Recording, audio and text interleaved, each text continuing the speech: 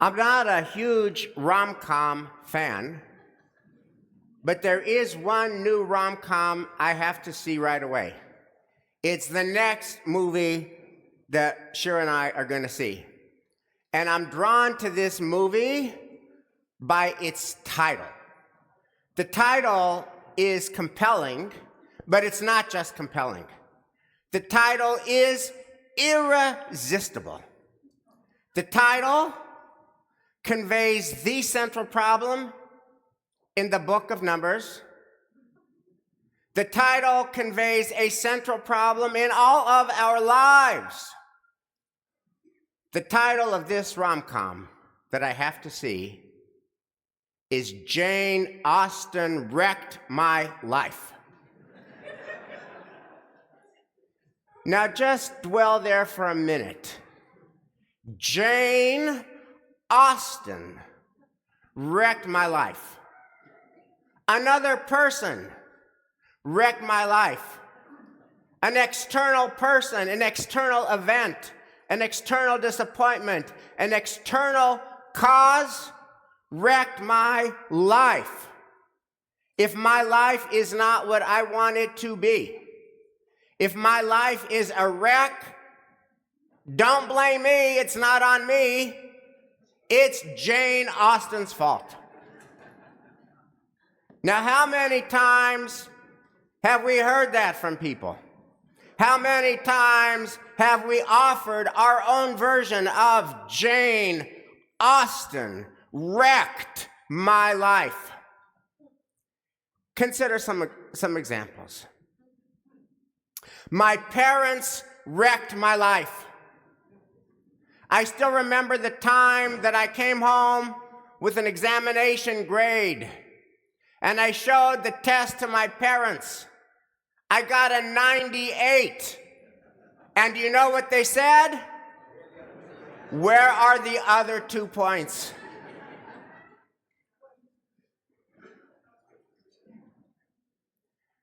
I still remember the time I came home with my report card. And I got all A's and 1 A- in gym. And what did they say? A-. My parents wrecked my life. I was always a creative type. I dreamed of becoming a singer, an actor, a writer. And my parents threw cold water on my dreams. They said, how are you ever going to make ends meet as a singer or a writer or an actor? They said, do you know how many singers and writers and actors are unemployed? They urged me to become an accountant. And now I work at Price Waterhouse. I'm an auditor. I am not living my dream. My mom and dad wrecked my life. But it's not just parents. There are so many other targets for Jane Austen wrecked my life energy. My boss had it in for me, wrecked my life. My colleagues at the office betrayed me, wrecked my life. My business partner who cheated me wrecked my life. My doctor who didn't treat and didn't diagnose properly wrecked my life. Now here's the thing about Jane Austen wrecked my life energy. And this is what makes it a little bit complicated. Very often, the narrative has a basis. Very often, the feelings that one feels are valid. After all, our parents really did say, where are the other 2 points? Our boss really did have it in for us. Our colleague at the office really did undermine. Maybe the doctor really did not diagnose and treat properly. Such things happen. But here's the question. Does Jane Austen wrecked my life energy serve us? Does it help us? Does it help us have a better present and a better future? And obviously, even asking the questions suggests the answer that Jane Austen wrecked my life energy is not helpful because it forces us to focus on the past, not on the present and the future. And it casts us as victims. We become victims. Bad things happen to us instead of the central actor in our own story that can make good things happen for us. Jane Austen wrecked my life strips us of agency and ownership, which is why the central message in the book of Numbers, Sefer Bamidbar, that we began just now today is don't do it. Don't say, Jane Austen wrecked my life. And we learned that from the Israelites because they're always saying it. On almost every page of the book of Numbers, they say their version of Jane Austen wrecked my life. Moses, you wrecked our lives. We remember when we were in Egypt, we used to eat fish for free. And not just fish, melons and cucumbers and garlic and onions and leeks for free. You wrecked our lives. Moses, we're thirsty. You wrecked our lives. Moses, we're hungry. You wrecked our lives. Moses, we're wandering and tired and parched. You wrecked our lives. Moses, you want us to enter Canaan and fight a war. You wrecked our lives. And the lesson of the book of Numbers is don't do it because it never works out for you, for us. The outcome of Jane Austen wrecked my life energy is always negative for the person who says, Jane Austen wrecked my life, which is why the generation that said it all died in the desert. It doesn't work out. So, what version of Jane Austen wrecked my life do you need to let go of?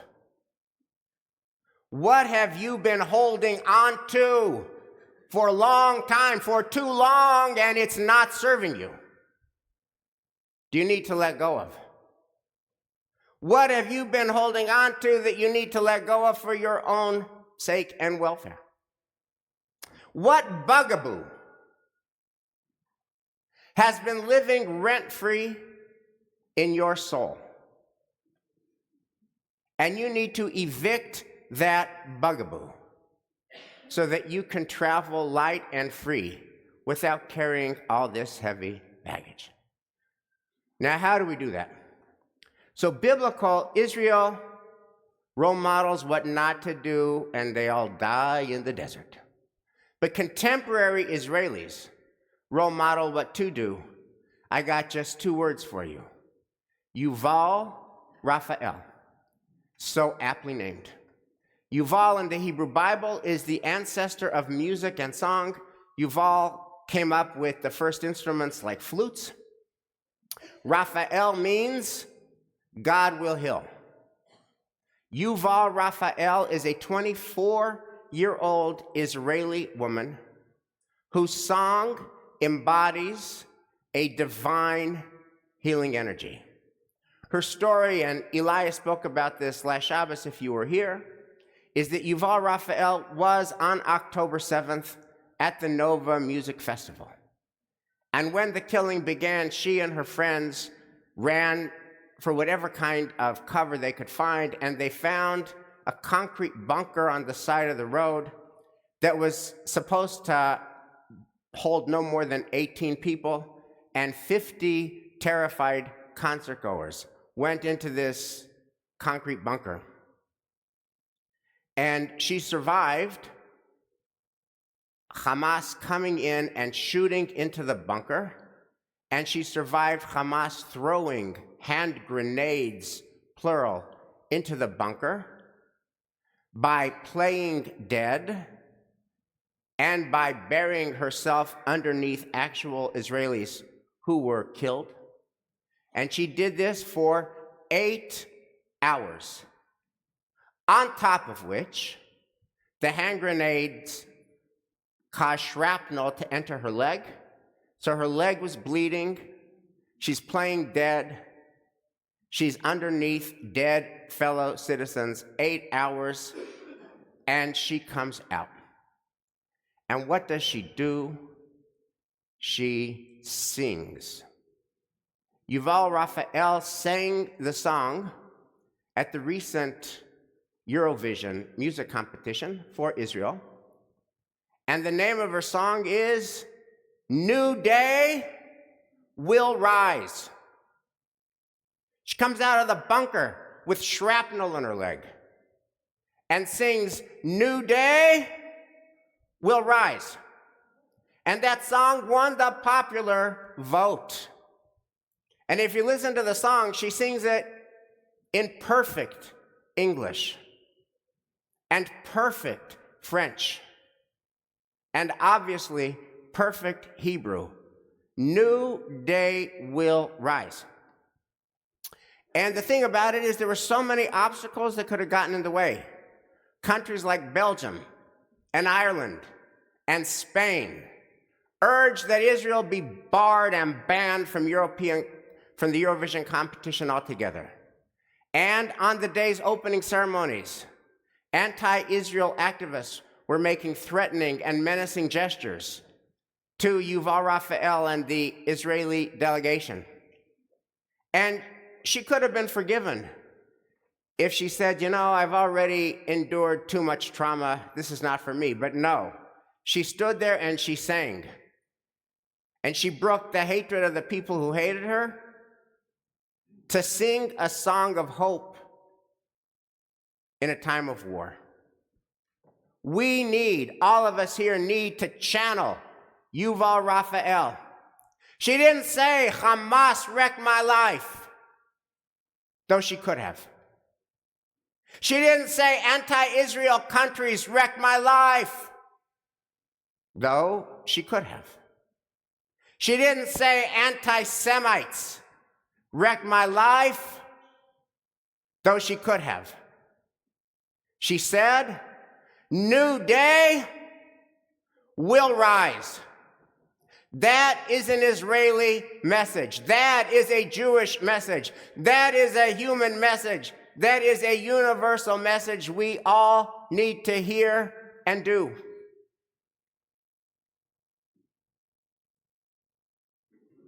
It's not easy.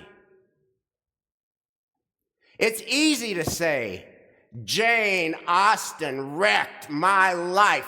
That's easy. It's hard to say that despite it all, a new day will rise.